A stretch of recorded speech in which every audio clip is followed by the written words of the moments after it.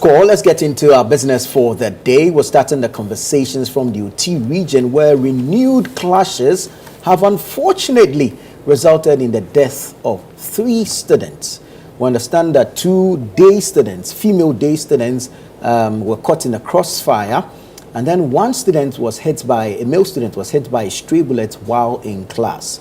Okay, the Education Ministry has taken some steps, including the temporary suspension or closure of the Nkwanta Senior High School, and then we understand the RegSeg is also putting in place measures to help quell the issue.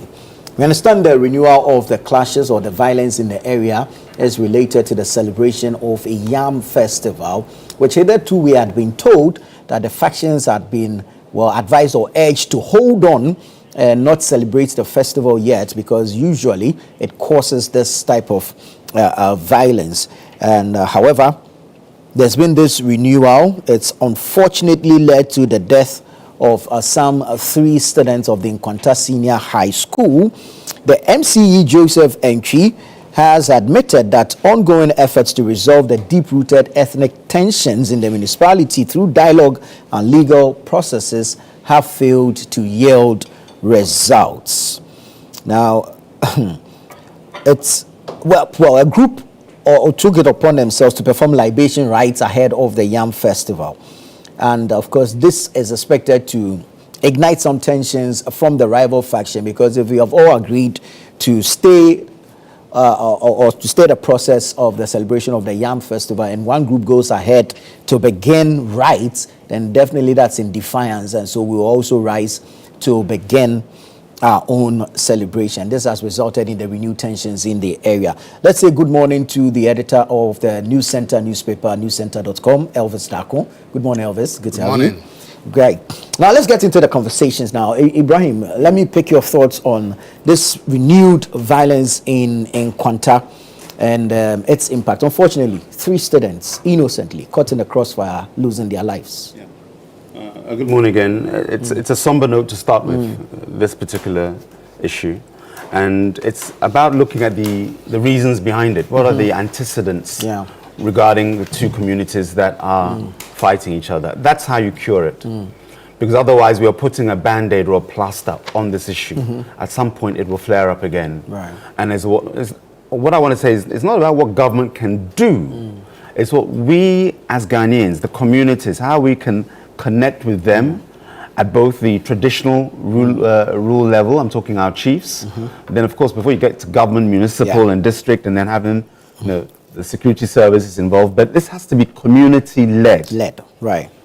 Because, again, if we scratch the surface, this didn't start today. Oftentimes the rivalry has its seeds in land issues and tenure. And somebody did something and it's triggered the incidences that we have now. Because the school children were totally innocent bystanders. I think one was going to school, and another was actually in class, when a stray bullet actually hit them. So in my submission, I want to look at how we can get the communities to actually work together. I'm not saying that they have not been doing so. It would be very naive of me to think that all this while conversations have not been going on. But we need that. Oftentimes, there are key personnel, key leaders within any community.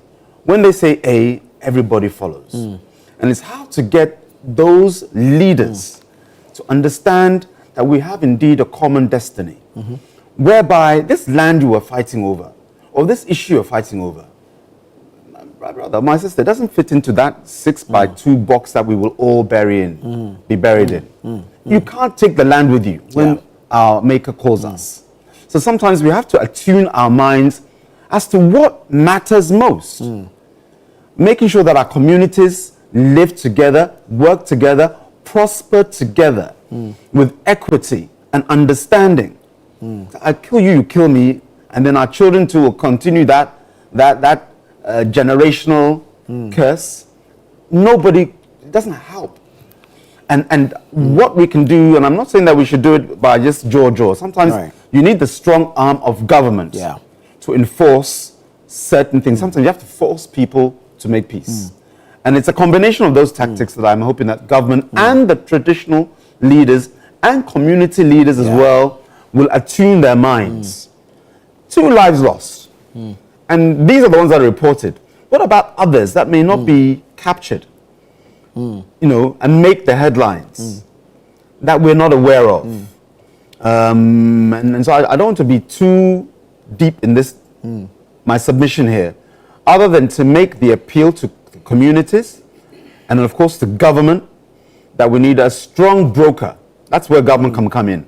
A strong broker, but it's like having an iron hand in a velvet glove. That's what I want government to do in this instance. We've seen what happened with Boku crisis. Still flaring up, you know, the Dagbon crisis as well. So protracted, alhamdulillah.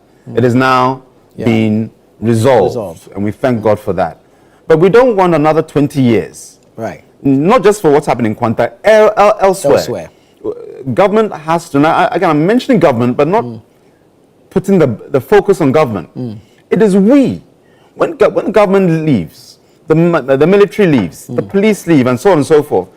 Just we in our own village. We live in the community. We live in the community. So we have to be the leaders of this peace process. And don't let what has happened in the past hold you hostage and our children hostage to the future. So that's my appeal. Very well. Work to reconcile and build together and see ourselves as having that common destiny, whereby what we are fighting over, let's work together to utilize it, leverage it to build our community together. That's the submission I want to make on this topic. Very well. Wanda, your take on this Nkwanta issue and its impact, especially on the education in the area? It's a concern. We have to look at it from the broader perspective, like my own brother has insinuated already. Conflicts have not played any good role in any country's development. I mean, it's always a retrogressive tool in any environment. And that's why things like coup, which eventually results in the civil unrest and all that, have always, you know, been a point of retrogression for almost all countries that you find around the world. As we speak, Togo, there's some civil unrest in Togo at the moment, and you don't want to see the scene. It's crazy, it's worrying, and those of us who have ties, who know people there, who are close to Togo and live very close to the border and all that, understand what it is, the level of interaction we have, so economic interaction, social interaction. Understand the economic activities around our flower is currently struggling. Yes, immediately all those things going to a halt, and our mothers are struggling. Growing up, my mom always go to sell in Togo and back to Ghana. I mean, she was into fishmongering. She's a fishmonger, and I'm a product of fishmongering. So you have to cross over, go do business, and come back. Now with the unrest in Togo, immediately economic activity halts around the border. I'm saying this in line with what is likely to happen in the Nkwanta region. We're told that 2 tribes, the Adele, Achode, and Chala communities, all of them in the Nkwanta South, that's in the OT region, were the groups that had the misunderstanding. If I can give a background, in November 2023, for instance, there were clashes and markets were banned during the Yam Festival. And 8 people were killed. That is just 2023 in November. Then a few things happened. And at this point, let me first of all call on the Peace Council. I don't know if the new council has been formed yet. But if the old ones are still at post, let me call on Peace Council to do a good job on these matters. You see, we shouldn't always wait for elections for Peace Council to become active. This is the time. These conflicts are issues that I feel Peace Council should be up and doing. Commission for Civic Education, National Commission for Civic Education. These are opportunities for them to get involved. You see, some of these conflicts are of, very minor disagreements. Disagreements over libation pouring, who is legit to pour libation, or who has a land somewhere, who is the ownership of the land, or who owns a certain farm, or who owns a certain shrine, or a certain traditional authority or council. You know, it's always about, things that are personal, and religious in nature to the people. And I think that these are things that Peace Council, in collaboration with National Commission for Civic Education, should collaborate, preempt, be able to get in quickly before we start losing lives. If in November 2023, 8 lives were lost, and today another, in that 8 lives being lost, about 17 fatalities. Yeah. The police made arrest of 200 people, 69 or so were detained at the time and all that. What has happened over the period? I think it's worrying, and we need to find a lasting solution. In January 2025, there was also hostilities, like what is happening right now. Government actually instituted curfew. So as we speak, we're supposed to have curfew in that area, if my memory serves me right. As to how that was breached and people are doing their own thing, it's worrying. In any case, it happened during the day. So even if there was curfew, the curfews are normally in the evenings and all that. So we will call on the police, the National Peace Council, and the Commission for Civic Education to collaborate. You see, these are things that people just need to be educated. Once you educate them, you give them the information, you explain to them why there is no need to fight. Because at the end of the day, you don't get what you want. You fight, I fight, nobody gets it. So what's it? What is it? Why don't we agree that, okay, this year you do it, the following year I do it? It's very easy to rotate. I remember many years ago when we used to have challenges even at the student front. One of the things that was done those days was that the leadership of the student front was being rotated. This year is Legon, another year is UCC, another year then goes to KNUST and all that. That seemingly solved the problem for a while, until recent times that we're seeing some challenges again when we changed our constitution and all that. So rotational, approach to solving peace right. I mean, what I'll call it? What will I give it? Disturbances. Yeah, disturbances where people feel that they have an inalienable right to a certain good or opportunity or property can always be rotated. But for the security services, do you think, owing to the volatility of the area, they should have been able to pick some intel? Especially knowing that the season for the Yam Festival was approaching. Actually, government, you see, what is happening right now is actually an affront to the security services, because, like I told you, there's a curfew in the area. Government has put a hold on the celebration. Nobody should pour libation. No group should pour libation. But we have seen some, call it a dissident group, that have decided to do their own thing against the law. First of all, that is flouting public order, and they should be taken, for what it is. So it is not as though the security service they don't even see it. They saw it, or they must have seen it or preempted it by instituting the public order or the no libation pouring from any of the factions. However, this is one of those that security challenges you have to deal with. So I believe that the national security, I don't know if it's BNI that will go into it, the police service, the National Peace Council, the Civil Commission for Civic Education, collaborate quickly. Let's resolve this. Nkwanta is not a very big place like that. It's just for the economic activity that makes it very large a town. But you can actually see the land size of Nkwanta and resolve it. Now, don't forget, we are told, we are picking intel that one of the guys that was shot is also one of belonging to one of the factions within the Boku area. And that is also brewing some tension already. We want to call on them to exercise some restraint. I think that we have all agreed that it's a stray bullet. The police have confirmed it's a stray bullet. It wasn't targeted at the guy. And so let's see that these things don't escalate. When it escalates, it hurts everybody. Listen, all the food stuff you get in this country, especially fish coming from those areas, what's the name of this area? Where they do the fishing along the northern part of where the Yeji area, the Yeji areas and all those are the include we'll be using to come to Accra. So it affects all of us, even down here in Accra. And we should be involved, we should be interested, government must be interested, and we must find the culprits and give them the appropriate punishment.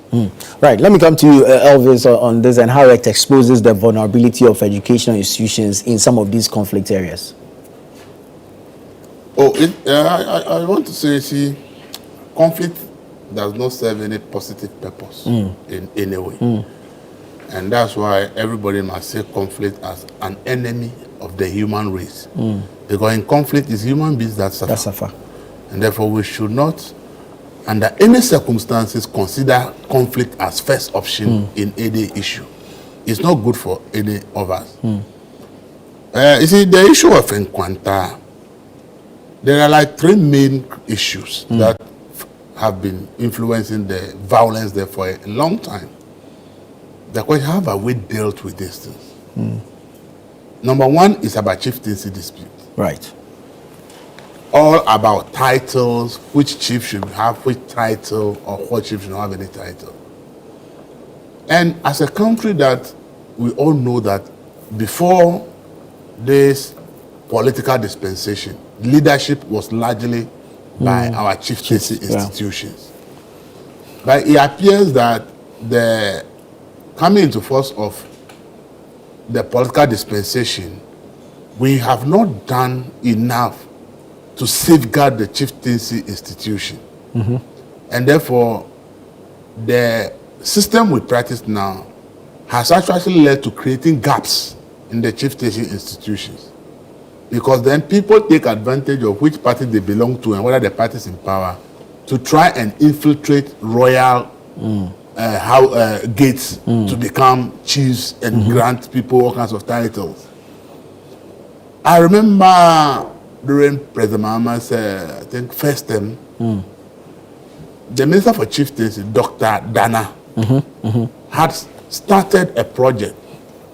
And the project is to codify all chieftaincy and lineages and royal gates in everywhere in Ghana and establish succession as to every community, which gates are the royals and how does the chieftaincy rotate among those gates, and make sure that this is properly documented so that it solves this chieftaincy problem. Because most of the time it's about somebody trying to actually take over somebody's reign. It's not their turn, but they want to use power or something to be able to become the chief when it is supposed to be another gate's turn. And because these things have not been well codified, it becomes a problem and people trying to create the impression that they are right even though they are wrong. So I saw that project at that time as a very crucial project that the state should have invested every resources in that to make sure that in every community in Ghana,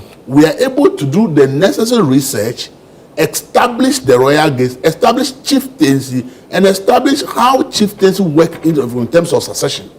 Once we're able to do this and codify it and put it there as a document, if somebody is trying to upset somebody in a, we say no, the state can step in and say no, this is the historical antecedent.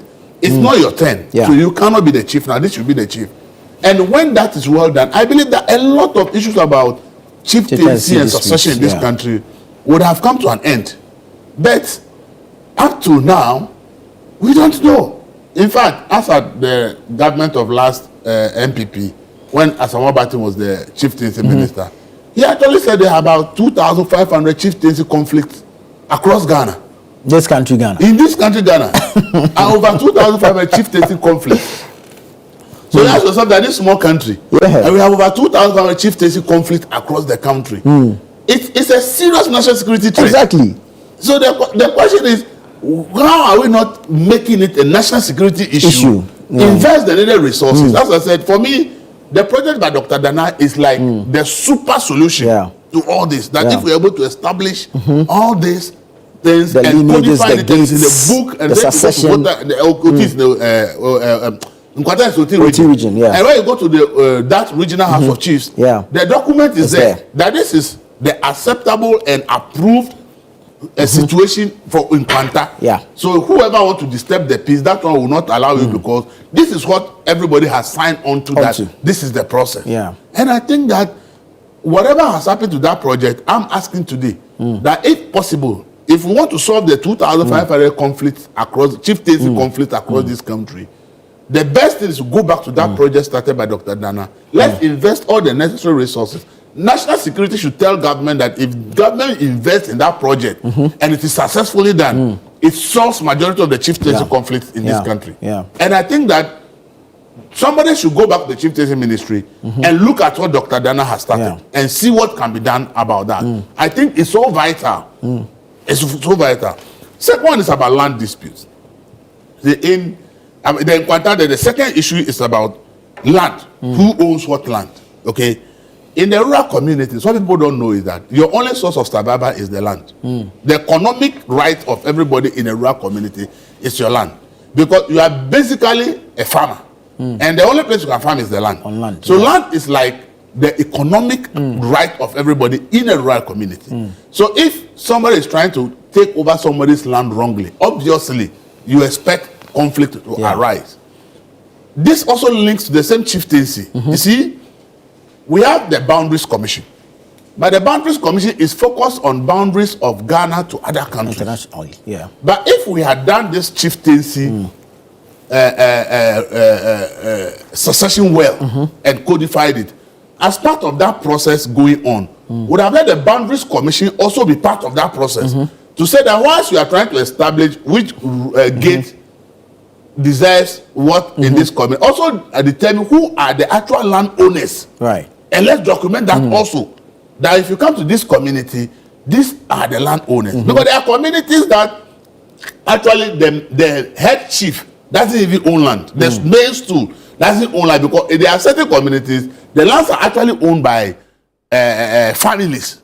Okay, so you have stools in some places in this country that the man who is the chief of the town actually doesn't own land. And if you come to my father's hometown, like Parliament to gain the voter in Sabdine, or you go to my mother's Tongo Chanakwe, the chief who actually is the main chief doesn't own land.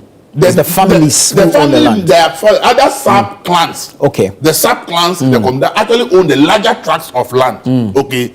So if we had actually done the documentation of every community, and this, we would have also drawn the land boundaries exactly to know that in this community, this land, this particular clan owns all this land, and draw these things up and where it ends exactly. Yeah. So that we also know that each land and who owns it in each community is also codified. It's also at the traditional council at that level, and also at the region, which is well documented. So tomorrow somebody is trying to overstep its bound into somebody's land. It's clear that the land, it belongs to this person, unless you have documentation to prove that somebody who actually the actual owner of the land actually leases the land to you before the issue is taken up. And I think that this is also a very critical issue. A very critical, including Accra, which is the capital of Ghana, where we all are staying. If you look at the issues of land guardism in this Accra, it's largely linked to who owns which land, who are the rightful owners of which land. Okay, so I believe that if we would take up the issue of the succession in terms of chieftaincy, we should add the Boundaries Commission to also demarcate the actual lands, okay, for every community. And there should be a map. You see, if you go to rural communities now, and you say, who is the owner of this land? They say this family. But if you ask them for a plan that the state recognizes, so the whole community, what is the development plan of the community? Which plan on paper that if you take it to the lands commission in the district or in the region, that the government has copy that in this community, these are the owners of this land and this is how it has been plotted. You can't find it. You can't find it. So if you are building the rural community, you come and write stop work report assembly. If you go to assembly has not even planned to show who is the owner, unless somebody gives the door, I gave you the land. You understand? So we also need to understand, because see, land is so critical to everything, from real estate, farming, everything is on land. So if we are not able to codify who are the owners of lands across the country, it becomes problematic, because see, the challenge is that the families 50 years ago were smaller. Today, families today are bigger. Yes. So everybody is trying for economic survival. So there may be families who actually don't own a land. What happens is maybe his or her grandfather or grandmother had leased that land from some family and has been farming on it for the past 50 years. The young person did not know that the grandparent actually leased the land. Exactly. He says that my parents have been farming on this land for the past 50 years. So I know it belongs to us. Probably there's no history. They don't even know that the land was leased. So they are going to fight you and say, you cannot come and take the land. Maybe the land actually belongs to the person who is saying the land is mine. But because there's no history, there's no, maybe their parents even didn't tell them. There might not even be any records. That we actually leased this land from this family. So they only saw their parents farming there for the past 50 years. And then their parents are no more, and they want to continue to farm. And their family comes and says, no, the land is not for you, it's mine. That person will fight the owner of the land, because the parents have never told them that that land belongs to another family. And it's about their survival. That is the land on which their parents farm to keep them and take care of them to where they are. And they want to continue a living, and you are telling them that they cannot do that. So you see, if we do that codification properly, helps us. I see, Ghana, one problem we have is we are too emotionally attached to our tribes. True. too emotionally attached to our tribe. So the least thing about our tribes, we want to fight. Flare up, yeah. You see, there's no need to fight when it comes to tribes. It's good and beautiful. Ethnicity is a beautiful thing, but ethnocentrism is a bad thing. Okay, so we should be proud. I should be proud to say, me, I'm from Sabra, I'm an Ewe. My father and mother are Ewe. My father is from Parliament, my mother is from Tongo. We are in the same area. From my father's hometown, 2 towns is my mother's hometown. We speak the language. I should be proud of it. But that should not be a reason why, if something is happening, I should use tribe to go and kill somebody. It doesn't make any sense. We should let people understand that all these things actually draw us back. If we want to develop, it's not about conflict. It's not about tribalism. It's not about ethnocentrism. It's about sitting down in the community and say, maybe we have only 5 plots of land. Somebody has 100 acres of land. But we believe that with proper development, we can make better use of the 5 plots of land compared to somebody who has, and we rather become an example for them to copy. True. Ghana has bigger land than Singapore, right? But what do we say about Singapore? It's the most advanced country. Everybody wants to go there. Who cares about tribe there? Because it's about what people see. So people should think more about development. Look at Nkwanta, the videos you show, and those of us who know the place. It's a complete rural community. And if the people there would rather think about, instead of killing ourselves, instead of being emotionally attached to our tribes, that destroys life, destroys business, make life uncomfortable for all of us, we rather want to say that, okay, for us, we don't have much land in Nkwanta here, but we want to focus on strategy. Yeah. We want to see how we can capture the business opportunities and make our family economically powerful. What people don't know is that your power in this world is not about your tribe. It's about economy. If you have economic power, you are powerful. Today, Ghana is not powerful because our economy is like in the junk status. America is what it is because of the economy. People normally think that it's because of the war. What financed the war is the economy. Yeah. What financed healthcare is the economy. What finances education is economy. So if you focus on building economy, you may be a small group of people. You may be a small group of people, but you'll be still very powerful. Why do we say Kwewus are business people and everybody admires their business acumen? It's because they realize that economy is important and they focus on business. Look at the population of Kwewu and look at other tribes and other groups in Ghana. But if you are mentioning who are the people in Ghana with the best business acumen, the Kwewu, they have that ability. We all admire them for that. Why can't we learn from them rather than thinking about using tribe and other things to be causing economic damage and causing lives? Sure, thank you. Very well. I mean, I think we need to sit back and reflect and then take a decision to unite as a people and work towards our development as a people. I want us to move on quickly to the issue of the suspended CJ, Her Ladyship Justice Gertrude Tokonu. The NPP is accusing the NDC of engineering her removal, weaponizing the law to remove her. I want to start with you, Ibrahim, your take on this. The CJ went public, spoke to the media about what she feels is an unfair approach to remove her. She feels she's not being treated fairly, even at the committee that has been put together to hear the petitions for her removal. When you listened to the CJ, what was your takeaway? She has very good grounds to take the position that she has. That's when I listened to her, when I read her comments. For example, she's been accused of transferring a judge, am I right, or a case. And then it so happens that that particular judge was on leave, necessitating the transfer. So it tells you that the prima facie case that the Council of State have looked at, prima facie means on the face of it, but that means scratch the surface a little bit. So then you can report in a more informed position to the President of the Republic. Clearly that does not happen. It seems, and I think it's entered the political space now, whereby we know the outcome of this agenda. Which is what? To remove the Chief Justice. Why do I say so? What you could have done is keep her in place and then suspend subject to the findings. Do you get me? Let the committee do their work.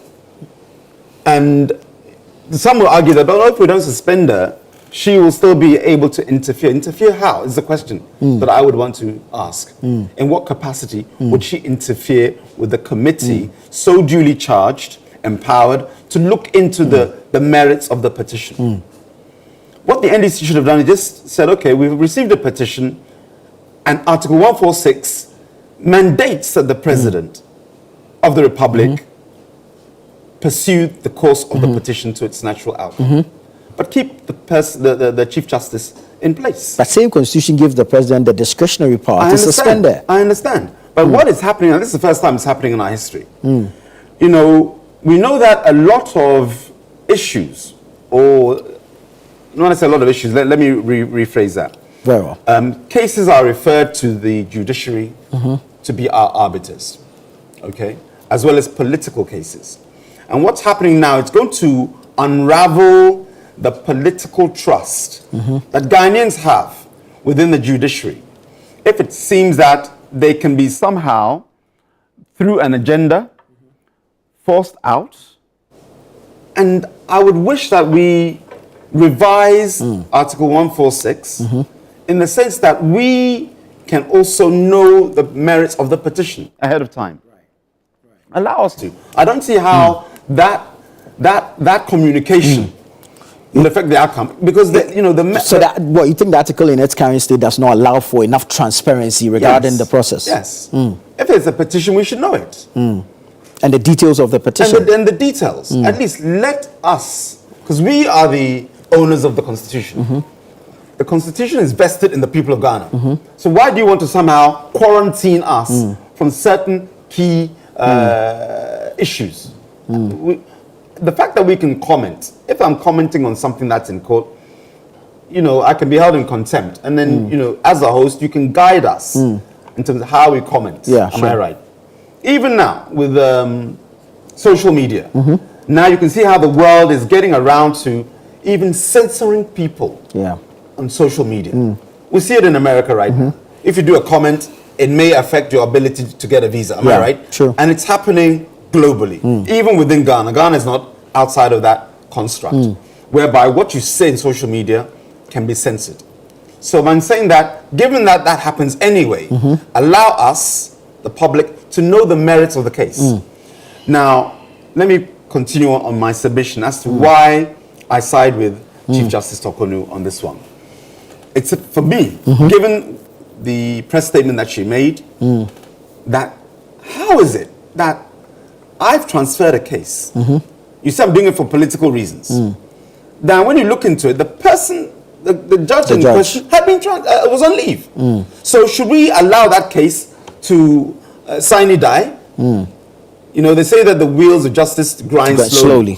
So if she was to speak to that narrative, while he's on leave, the case is on hold. Is it not rather looking to expedite the case by transferring it? That's number one on that issue.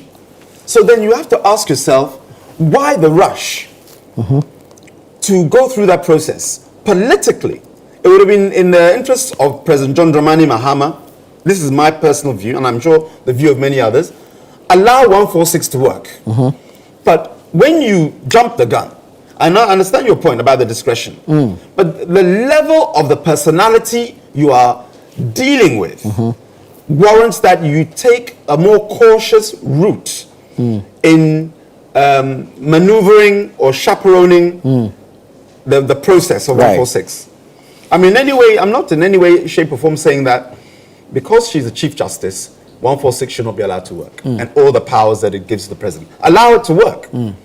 But in the same way that when we are dealing with a chief, the government of the day in Ghana, we say about dolly learning, which means you curl your tongue so that you speak more politely, with more thought, because the chief you're talking to.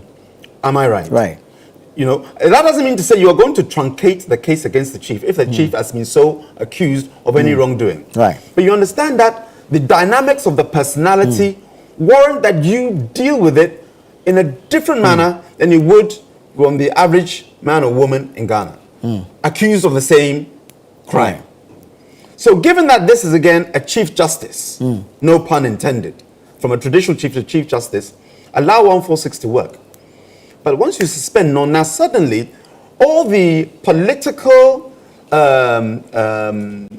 accusations have merits, because you are, in a sense, making a statement of intent by the suspension in itself. And that's why I'm giving that the traditional chief example. You know how you speak to the Jagbonwura, okay, the Yana, Otumfo, the Asantehini. We deal with those personalities and the government chair differently than the average person. If indeed, God forbid, they're accused of a criminal offense, we maneuver our way.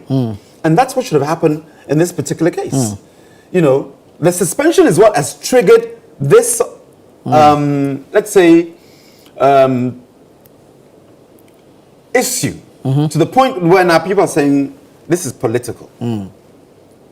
Because the rapidity, the speed, and then likewise, the commentary coming out from some members, I want to qualify it, some members of the NDC is not in any way diffusing that political agenda that is being accused or alleged against the government by the Chief Justice herself and many of us as well. And when you do that, it sets a precedent. And we should know that power is transient. It will come and go, no matter what. NDC will say, oh, you will be in opposition for 40 years. We said the same thing 8 years ago. You said you were going to break but that aside, we said the same thing. We had 167 MPs in 2017. December 7, 2016. 2017, 167 NPP members were sworn in. We were some 13 shy of, 2/3 majority, something like that. And what was the narrative coming from us? Oh, as for NDC, forget it. They're done. They're done. But what has happened? Today they are in power. And you have to understand that because power, is cyclical and transient, what we are doing now today sets a precedent. God will, inshallah, when MPP returns, inshallah, 2028, under Alhaji Dr. Mahamudu Bawumia, inshallah. I'm not saying that that's going to be the agenda. But if you don't get when I say we, as a people, get certain things in order now, it'll be payback. In some way, shape, or form. Where now the judiciary becomes just a political tool of whatever administration is in power. And in order to avoid that, that's not to say it doesn't happen.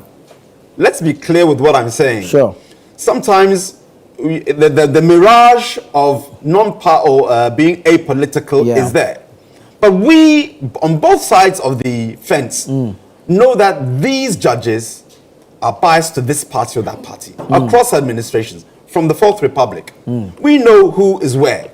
And that is our God-given right. Very well. I'm just landing here. Given that the reality, Nana Tufo, is that judges have a political leaning. Don't clothe that leaning, which is so far hidden, into a way that now administration upon administration has been unshackled. And said, you know what? Look what the precedent that has been set. This Chief Justice that has been imposed by a previous administration brings some petition. Whether it has merit or not, I'll quickly suspend, and that will tell you that where the case is going, and that does not help Ghana. Because once the judiciary is now culpable or found to be at the beck and call of the executive, where the judiciary should be the check for the executive. Because after the president, who is next in line? If the president travels, it's not the vice president. The vice president. Good. Then after the president, if the vice president is also out of the country at the same time, who is in charge? Speaker. The speaker. And if the speaker at that same time is also out of the country, at the same time as the president, the vice, and the speaker, who is in charge? Of the CJ. The CJ. So you can see where I'm going. It will lead to a case in point where the CJ or the judiciary is just an appendage of the administration of the executive and not a check and balance. So that's my cue on that, and we need to cure it. But I'm of the view that we know the outcome, personally. What is the outcome? That, the Chief Justice, given all that is happening right now, will indeed be removed. We should tell it how it is. Let's not kid ourselves. We're just going through the motions. But how you prevent, and I promise you, last 10 seconds, how you prevent the scenario that I'm painting, that now nobody will trust the judiciary at all, is to make sure that you roll back some of these utterances. And I'm talking from government, because they're in power. Let the procedures work. If today, government says, given the public communication that or conversations that are happening, we are reinstating the Chief Justice, and let the procedure work. You may find that, hey, this one we've beaten John Mahama, the president has U-turned. No, you can navigate your own course. But wouldn't that be just playing to the public gallery? No. I'm talking the public gallery are many. It's not just one voice. Others are saying Saka now. Others are saying you're truncating democracy. So why then should he heed to one? I'm giving, important people make impossible decisions. Yes. Right. That is leadership. You go where others think you cannot go. Because you have to have that vision of the consequences, the consequential actions that will occur out of your decision making. Sometimes you take it and say, look, I've listened to the conversation, and we have to correct what we're seeing in the future. And so we're going to reinstate and let Article 146 do its job. When the outcome is done, then the decision will be final. Whether she stays, she stays. If she's removed, she's removed. She's removed. Very well, Ibrahim. Thank you very much. Let me hear from you, Wanda, on this CJ matter. Did you listen to all of? I wish we don't even discuss this matter. Why not? It's been overflowed now. Sure. The process hasn't ended, so definitely there will be more legs to the issue. I understand, but there are more engaging issues, within the space. You don't think this is engaging enough? It has a bearing on our democratic dispensation going forward. In my view, it's taking a lot of goodwill, away from the good things that is being done. Today, what's the exchange rate today? Let's be real. I mean, when we took over 17, today is hovering around 10, 11. It was 14.7. You people put 17. Yeah, you track back. December 2024. Yeah. It was 14. We did not hand over to us in December. They handed over to us. But January wasn't 17. No, Wanda. Please check the January. Wanda. From the transition period. No, listen, I'm dealing with transition period. I'm dealing with the transition. It's just that period. in January it wasn't 17. So produce your figure. Very simple. I'm not 14.7. And I'm saying 14.75 was in December. That was in December. Check for me what you saw on However, the transition period, we all know what the rates were. I mean, he's been in this country. He changes a lot of dollars. I'm surprised today he's talking about only 14.7 at one point in time. You've been changing dollars.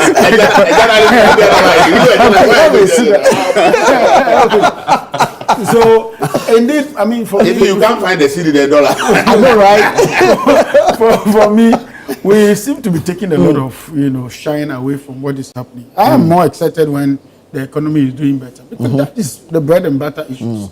And the removal of a Chief Justice, who is just one man in the whole judiciary of thousands of employees, for me, I think it's neither here nor there. It's not one of the things that we should be, I wouldn't use the word waste, we should be spending all the time. Sure, she represents an arm of government. I agree. I mean, she represents an arm of government. That arm of government doesn't put food on anybody's table. You sure? The people of Ghana wants their bread and butter issues fixed. And that's what concerns me, and that's what I'm worried about.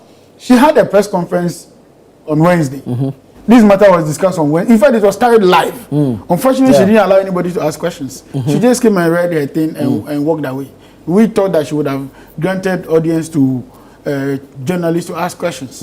Why? Because if you wanted it to be a one-way traffic, then you should have just issued a press release. But to come and read and nobody asked questions, I think that was not very fair to the journalists who went for the program. That said, she had a event on Wednesday. It was discussed on Wednesday. Thursday it was discussed. Friday it was discussed. The whole of Saturday, weekend, all the media houses were discussing. And today, Monday morning, I don't think I want to spend all the time discussing this issue. However, let's put some things in perspective. I hear my brother say that the president shouldn't have suspended her and all that. That's also part of Article 146. If you have the Constitution, read for me. Article 146, Clause 10, A and B. And I can read for you. 146.10 says that where a petition has been referred to a committee under this article, the president may, A, in the case of the Chief Justice acting in accordance with the advice of the Council of State by a warrant signed by him, suspend the Chief Justice. May, not shall. So this is that's also discretionary. No, if we want to talk about, if we want us to talk about interpretation in No, I'm law, just saying that's what Ibrahim was alluding to. No, it's very easy to say, to see May somewhere and say that there are Mays that the Supreme Court has pronounced on and said that means you must do it. As if I'm saying in this instance. This one is an interpretation issue. It's not an issue. Yeah, but if you make reference to cases, then I'm asking if the Supreme Court has ruled on 146 and the May in clause 10, and whether it makes it binding. Until the Supreme Court rules, it becomes the discretion of exactly, and that's the discretionary power Ibrahim was alluding to, that he could or could not. Yes, so he has chosen one. Even if he chose the other one, he would still have complained. So it's an option. I don't think he would have complained. You will complain. Others may complain. The petitioners in the case example. That's why I gave the just 10 seconds of your time. That's why I gave the example. If you're dealing with the Togbe, the Santehini, the Yana, the Yagbonwura, the Gamanche, there are certain things, processes. You give certain cover. That's what I'm saying. But again, I think we have to be straight with this. The lady who is to be investigated is the head of that arm of government. I mean, in all fairness, if an allegation is made against the MD of a company, what is normally done? Interdiction? Simple. Sometimes they ask you to hold on, let's investigate this, so you don't interfere with evidence finding and all that. So indeed, I don't think the president did anything wrong by suspending her. Suspension is not removal from office. Suspension is not denial of her authority. She still lives in her official bungalow. She still drives government, you know. She still accorded the respect as a Chief Justice. That we said she searched before entering the committee. No, but have you been to the Supreme Court before? I have been to the Supreme Court several times. I've been in several courts. You are searched. Yes, but the way you're putting this is the CJ who is still enjoying, as you put it. One time in this country, a former president of the Republic of Ghana, President Jerry John Rawlings, was searched at Kotoka Airport. What are you talking about? Is it about the law? He was former. Former what? Former, not a member of the state. Former, in his capacity as former. He is still an official of the state. He traveled on the ticket of the state. He represented the state at all times. He retired on his benefits. And as a one-time president of the Republic. Yeah. You know, and for me, and that's where the issue is not whose ox is God. It's not about what title you hold and what you don't hold and all that. The law remains the law. She said it herself. As she put it, the law remains the law. You are going to a committee or you know, a tribunal or a courtroom, and the rule is that this must be held in camera. What's the ideal thing to do? Do you know what it means for a leakage out of that committee sitting? It will be more disastrous for this country than we're even envisaging. So for you to be searched, I think it's normal. They didn't, excuse me, they were not reckless and removed their clothes or anything of the sort. It's a normal search. Yesterday, Sunday, I was in church, Action Chapel. You go to the entrance, everybody is searched before you enter, including the Archbishop himself. So I don't think these are issues that we should bring to the fore in necessarily trying to make it look as though the president has done something wrong. Number two, to date, we have been looking out for people to point out the error in the president's actions or any constitutional breach that the president took in this regard. We all know that this is a landmark case. It's never happened before. And so we're all exploring the avenues within the law which we can use. She herself had the opportunity to go to court. She actually went to the Supreme Court and lost it. Then, all of a sudden, she doesn't believe the outcome of rulings from the Supreme Court. So she's back at the High Court now. Yeah, okay. Because it was a human rights issue. And human rights issues, the High Court have inherent jurisdiction, so they oversee those matters. She took it to the Supreme Court. Be that as it may, she lost it. She's gone back to the High Court. Will she not allow the court to do their business and do their job? Is it because she lost the case at the Supreme Court? So now all of a sudden the court system is being biased towards her. The judiciary she has led for all this while. At least for all I remember, she's been there for some time. And you don't want to send this signal because these are your colleagues that are sitting on this matter. These are your colleagues that are in authority today to give a ruling that is supposed to be fair. Some of which she believes must be removed from the committee. Well, that's her opinion. I don't think that, because, for instance, somebody like Justice Esiedu, she is the same person who was appointed Justice Esiedu on an earlier case. Empaneling him on an earlier case. So how did it become all of a sudden that Esiedu is no longer credible to be on the committee? But man, what is the business about it? So I think that is where the worry, that's where the concern is. Don't destroy the legacy you have built. Right. Even if she's going to come back to the position, how are you going to come back with some of these, internal wranglings and tensions and slinging and all that? You don't dirty where you come from. You don't make it creates a bad picture of the judiciary. Exactly. When you go along this line, you create the impression as though the judiciary can be manipulated. Was it manipulated when you were there? All of a sudden, when you are not there, it's being manipulated, or some agenda is being cooked against you and all that. We can understand. Many Ghanaians have raised questions about some of the things that are happening on all arms of government, not only in the judiciary, not only in the legislature, not only in the executive, even state-owned agencies and how they run their institutions. This country is a very, loud country when it comes to media engagements and views and all that. That's why we had to go for the criminal libel. We have to repeal criminal libel and all that. Now access to information is now a legal matter. And so I don't think that we need to get to this level. I think that the Chief Justice must exercise some restraint in her dealings with this whole committee proceedings and all that. The law is very simple. It must be held in camera. She tried to challenge it. She said she wanted to waive that right. And the justices of the highest court of the land, Supreme Court, told her that, look, it is not a right that is to you. It is a decision of the law that says that this must be held in camera. So it's not a personal issue. So indeed, a lot of strides have been made. We would have saved ourselves and this country a lot of the I don't want to use the word noise, but a lot of the things we hear, if this was just allowed to flow nicely, I'm sure she would have gotten back to her position. But you see, I don't want a situation where you destroy the ship that carried you to the island. When you do that, how do you get back?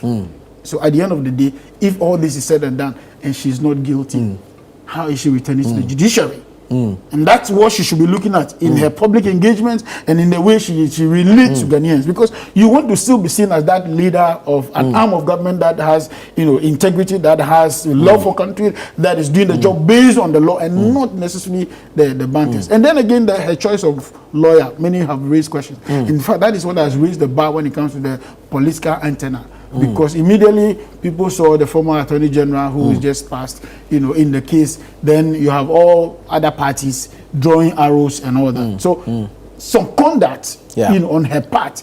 Number two, the leakage of the petition, the content of the petition that she tried to discuss on the Wednesday show was unnecessary, because she knows the law, that it must be held in camera. To date, when she was speaking up the petitions that were against her, the president was very bold to tell her that, listen, make sure this doesn't leak. Because that's the law. It's confidential. And I'm told that the document that was given to her, the president actually instructed that it's been marked confidential. In some jurisdictions where you take an oath to remain under an oath of secrecy and you do this, there will be another petition against you. So we don't want to get into some of these murky situations going forward. It's a landmark case. Certainly there will be some casualties. Certainly there will be some victors. Certainly there will be some reforms. And then we also have a Constitutional Review Commission that is doing their job. So there will be some recommendations in that regard. I think that's the way to go. Very well. I wonder, I thought you said we shouldn't discuss this. But you got it as well. I know, right? The way he's going at it. So clearly you had a lot to say. No, I had a lot to say. Next I don't put it in. Very well. Elvis, I'll come to you, but let me take a break here. The viewers, the show is interactive. We'd like to hear from you. Send us your thoughts, your comments, and your suggestions regarding the topics that we're treating this morning. Stay with us. This is Breakfast Daily on ChannelOne Television. We'll be right back. You're welcome back. This is Breakfast Daily here on ChannelOne Television. I have three gentlemen in the studio with me: Ibrahim Ajay of the NPP, Wanda Madilo, NDC Communications team member, and Elvis Darko, editor of the News Center newspaper, newscenter.com. We've been having a conversation on some interesting topics. Now we're discussing the CJ matter. We'd like to entreat you to text into the show, send us your thoughts, your comments, and your contributions. Hence, the program is very, very interactive. There's one here from Sir Joe Baba, from Bogatanga that says, greetings to you and to your producers. Surprising to hear the legal brains only condemning the suspended CJ for sharing her frustrations in public, but refusing to comment on the issues raised in that press conference. If those frivolous petitions can be the basis to establish a prima facie case against a CJ, then we are doomed as a country. They should be mindful that no matter the intimidation, frustrations, and violations of the right of the CJ, we shall all face the judgment by the Supreme Being. Okay, Sergio, that's your thoughts. You can also text us. The WhatsApp number is on your screens. Let us know what you think. Let me go now to Elvis on his thoughts on the CJ going public and the issues she raised during her press conference. And it's the best thing that she has done so far. You think so? Oh, of course. I have always been. People, in the airport say she should. I say she should never resign. No, for us for resigning, Yes. I think that ship has And gone I think safe. that's the best thing she has done so far. Irrespective of the confidentiality Of course. clause in the fact, 146. The changes what she has done is going to bring to this country judiciary will make the judiciary more stronger and no longer susceptible to executive control. Okay, because what she has done has made it clear for everybody that even though you are a CJ, because the judiciary is weak based on how certain laws are crafted, the executive is controlling the judiciary. And therefore, with the issues she has raised, whether she's removed or not, it's clear to everybody that, and including the judges who are giving all this ruling, it's clear to them that if they don't do something to protect themselves, they will be subject for removal by any government at any point in time. And if the CJ had kept quiet, maybe we may not know a lot of things. So I have always said that she should fight this. The fact that Charlotte didn't fight doesn't mean that CJ should not fight. And I believe that the CJ fighting made us clear to realize that Charlotte should have fought. Okay, probably she has fought. Maybe the kind of changes that would have been done at the EC. Probably certain things people want to use to remove the current EC may not have been opportunity anymore. Probably would have solidified that place better. But because she didn't fight, there may be some weaknesses. But because she didn't fight, we didn't see it. So I'm happy that the CJ is fighting, and she should fight the last end. There's a good even when opportunity she's for removed, she reforms. should go back to the Supreme Court with as many issues as she can. You think And so? I want all people who are lawyers, who have money, who can go to court on her behalf, should also go to court. Yes. So that, you see, all the outcome will help us insulate the judiciary from executive control. And I think that is very necessary.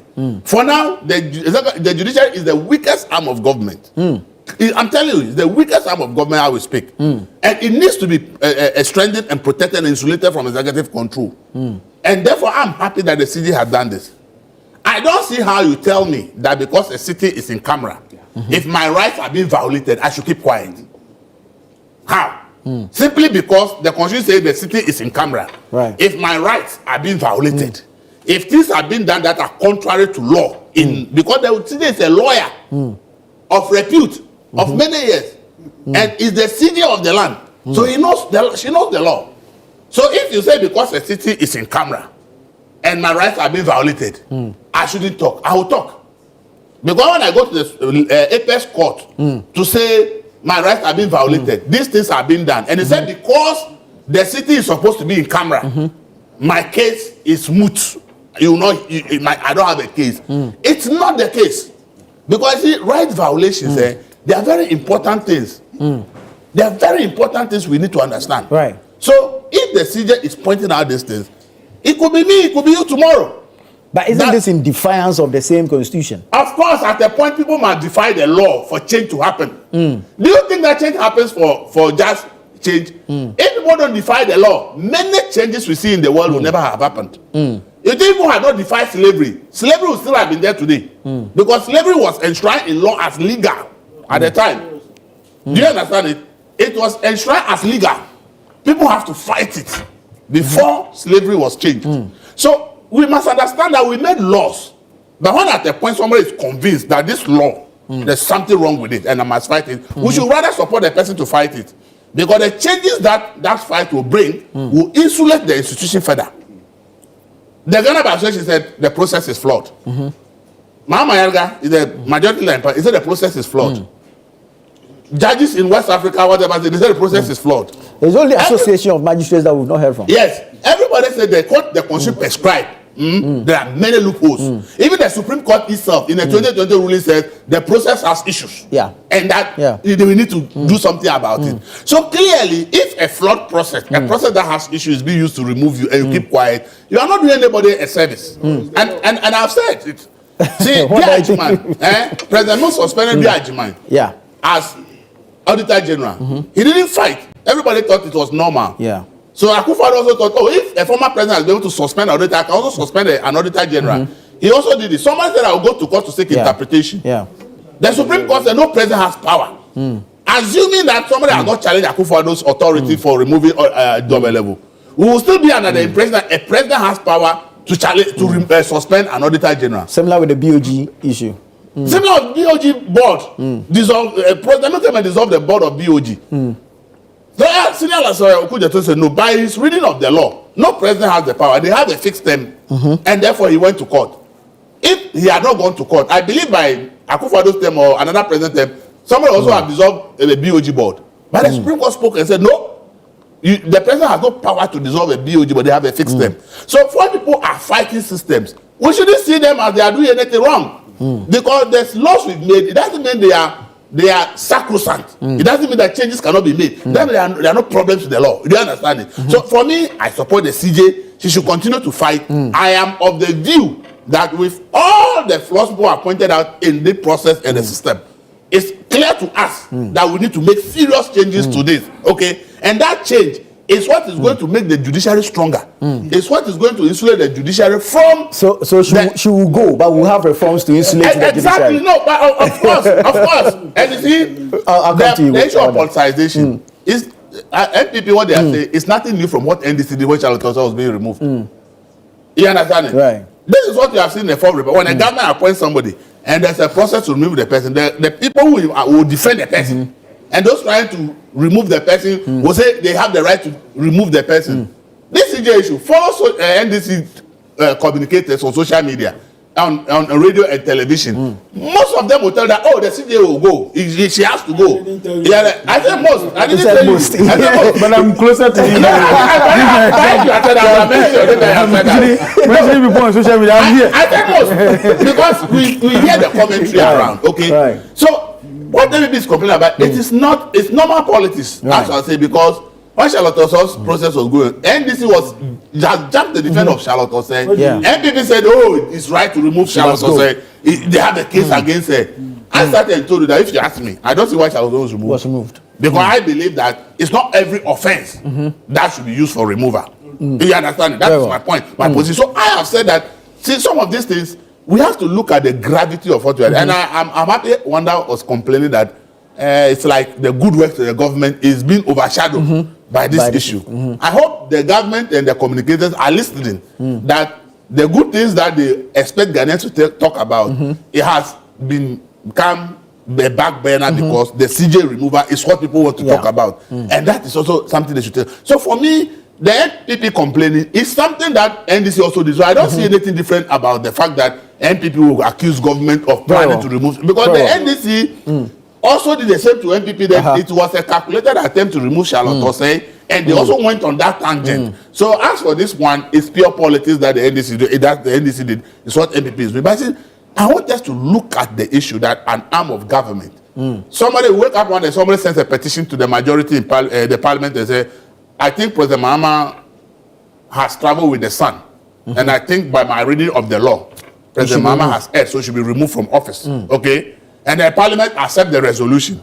There's no issue you raise in this country that anybody will talk about until that matter is settled.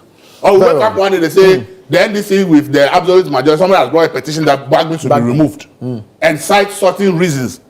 Nobody will have anything to discuss apart from that Bagman removal every blessed day.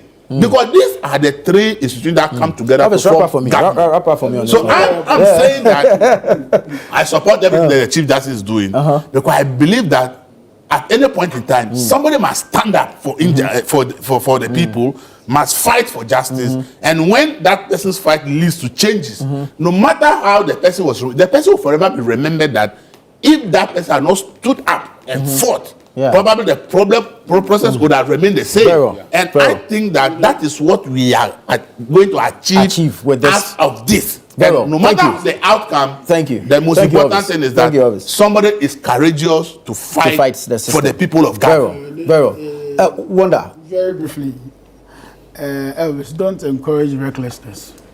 See, On whose there part? is a process by which a law is changed. The person you are talking about is a lawyer of repute. She knows the process of changing the law. She herself has told us.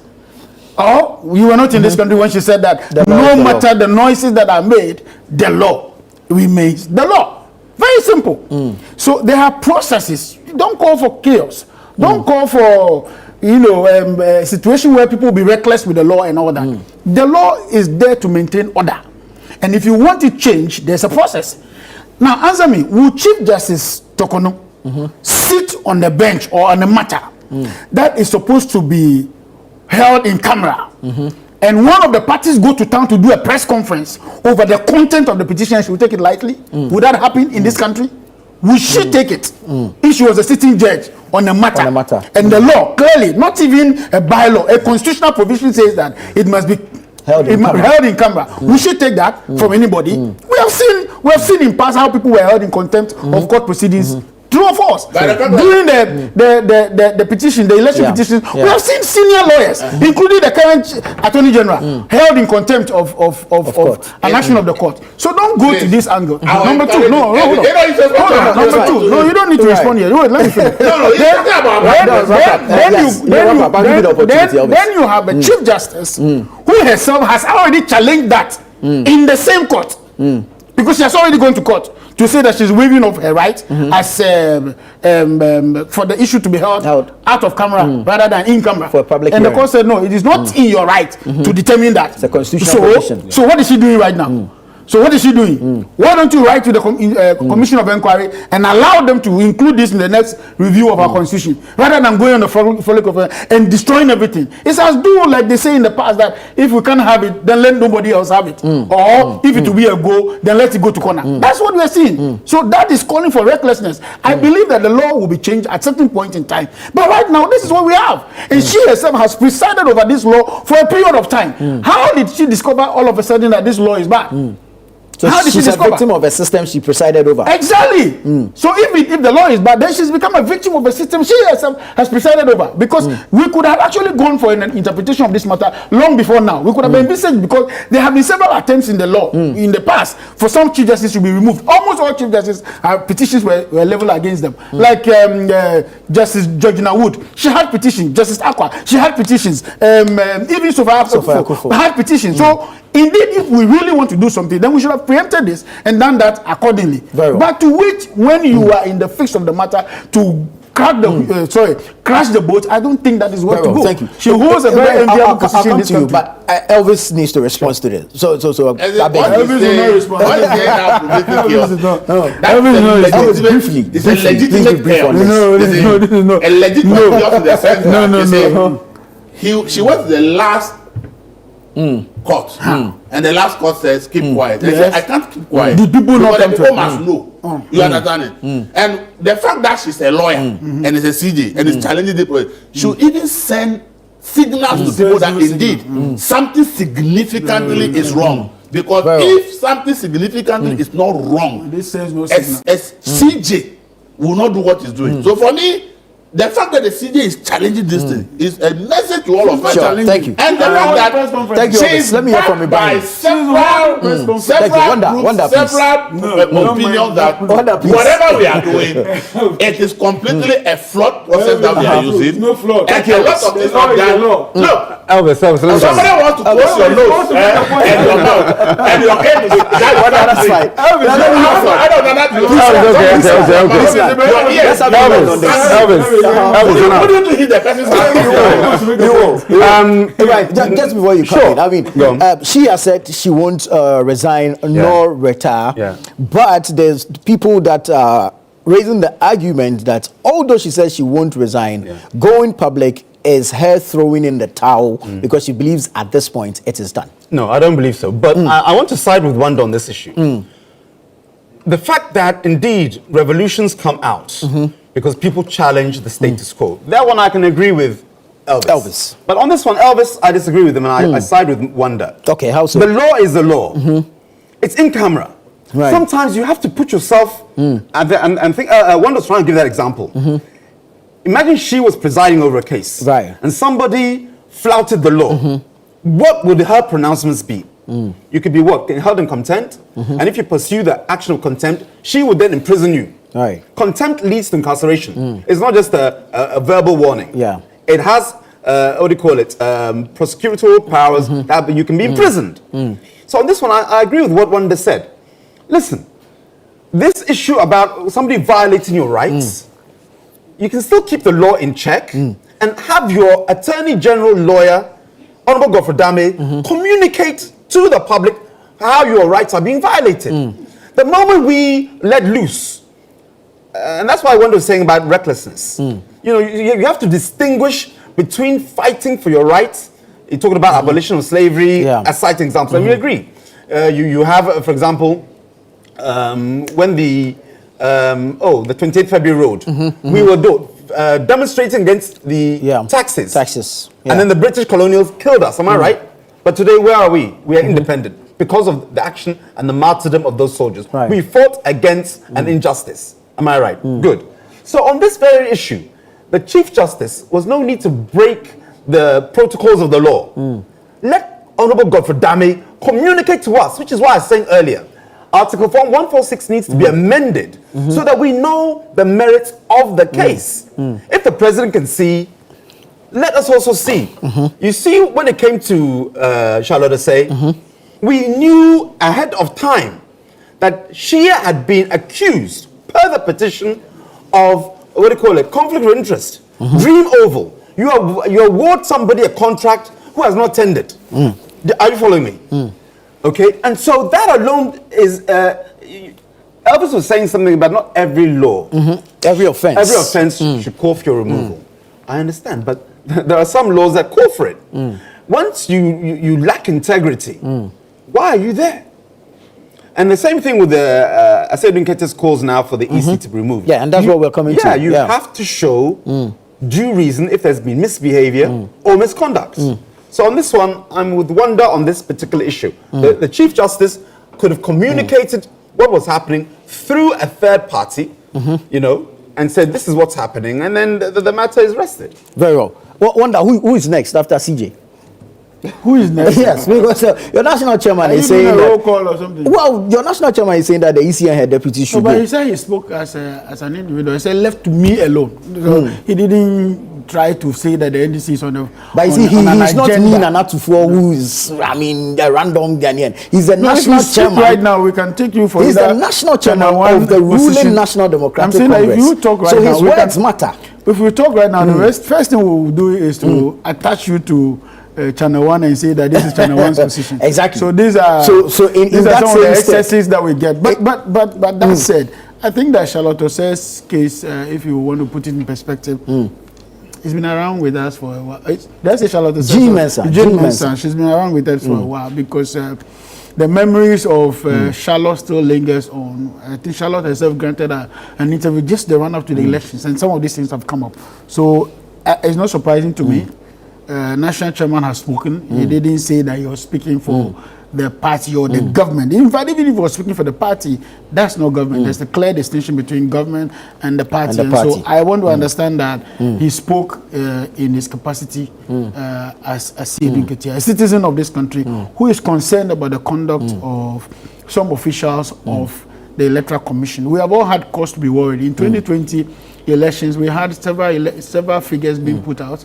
We never saw the exact one until we had to wait until the Gazetted results came up later, and we discovered that even the ones that she herself had 3 press conferences to announce were not the ones that were in the Gazette. Right. This one also lingered for a while.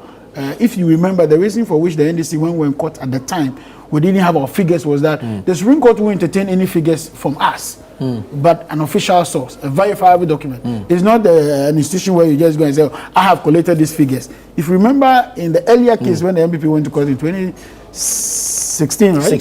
2017, yeah. 2016 elections, when they went to court. No, this is what, 2008?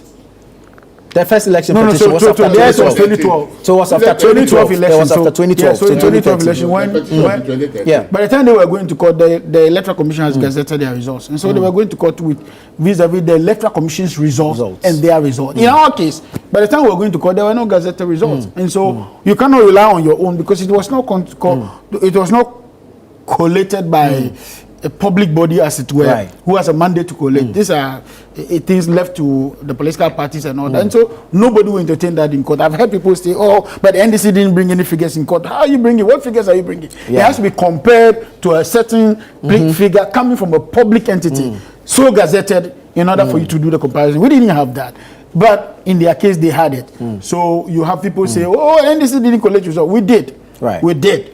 Except safe to say that there was nothing to compare with. And so what arguments are you making? Is the reason we wanted her in the docket. So that in the docket under oath, whatever she puts out becomes the official results. And is that the reason you want her out of office? Oh no, I'm not saying that we want her out of office. I'm saying that these are the antecedents, these are the lead-up issues that have come up. And so, indeed, it's a worrying concern. You also know that in the last election, at a certain point, we were told that the Electoral Commission's system had collapsed and all that, or crashed or whatever of the sort. Call it any name, whatever it is, we still have some challenges with this election. As we speak, some Ablekuma North, right? Yeah, they still having declared results for those places. SAR was also was in question for 4 years. They had no representation in parliament and all that. Those are constitutional flaws that you make and is punishable by some. Thank you. Let me take some two messages. Then Elvis will speak to this Johnson Asiedin Ketiamata. This one says the News Center newspaper editor is comparing apples with oranges by citing the Domelevo case with the suspended CJ's case. The CJ's case is a constitutional process, and until it is changed, it remains the law. His arguments are, okay, because she's the head of the judiciary, she should know where human rights violations are addressed. She should also know that when a case is in public, no one can make public commentary on the case. She has committed contempt of the very court she heads. This is Rex from Ashoman. Pascal from Afife says, how would the process of the removal of the CJ not be considered a premeditated evil plot when the NDC made this intention clear on the campaign trail? Jean Mensah and her deputies are their next targets. The way the CJ was being gagged by the government and its apparatchiks clearly demonstrated that it was a matter that has been planned for. This is Ahmed from Nima. Elvis, in 2 minutes, General Mosquito's comments on Jean Mensah and her deputies. Well, it's a political comment, and it just tells the intention of the NDC. Because he's the chairman of the party. So the chairman of a party, from general secretary to national chairman, makes such a comment. You can't say that he spoke in his individual capacity. He just tell you the plan the NDC has for these people. So you cannot be in a capacity and go and make certain statements and say, take it personal. It is not the case. So what he said is what they have planned. And they started saying this long before even elections. So it is nothing new. It's a plan they've made already that they are going to remove the people at the EC. They've said it over and over throughout the elections. After the elections, they said it over and over. It's not the only NDC person who has said that. The NDC have said it openly. They are top leaders from before the 2020 election, 2024 election. They've said they will remove Jean Mensah and their people. They've always said it. So it's nothing new. And I think that only tells you what politicians sit and plan. Instead of thinking about how the nation should move forward, instead of him going to talk about, as Wanda has said, the economic performance, the dollar and the CD, he finds it necessary. When the media call you, are not under any obligation to go and speak to the issue. Tell them that I think my government is doing, I want to talk about that. But then, because they have plans, they are happy to be speaking to issues. So I think that it's just a plan of the NDC. Thank you, Elvis. GJ is having an election today, and it is Charles Mounsey versus Abedjun for the presidency. The race is tight. To follow the discussions in various social media groups, it's quite. As we speak, I don't have a vote because I'm not a member in good standing. So I don't have a candidate. But I must say that we all need to go and vote. As an association, we have myriad of issues. I think after this election, whatever it takes, all of us must rally around and revive the association, because as we speak, the issues that journalists are facing in this country, we've run out of time. We need serious. We have plenty issues and not so much time. We're in 1 minute on this Asiedin Ketiamata. I mean, the agenda has been set. It's not today. But what the NDC needs to be guided by is this. There has to be a basis upon which you remove the EC. You know, it's not tit for tat. Charlotte Assay was accused and found guilty of breaching the Public Procurement Act. She abrogated a contract, awarded it without tender to Dream Oval. Okay? So you can't sit, I'm talking, I said in Ketia, you can't pull out something from thin air and say this is the reason why we are removing the EC. Now the EC and the Chief Justice can be removed under the same conditions, Article 146, okay, and her deputies. Yeah. But it's about misbehavior and misconduct. Unless you bring such a petition with clear evidences, you cannot remove the EC.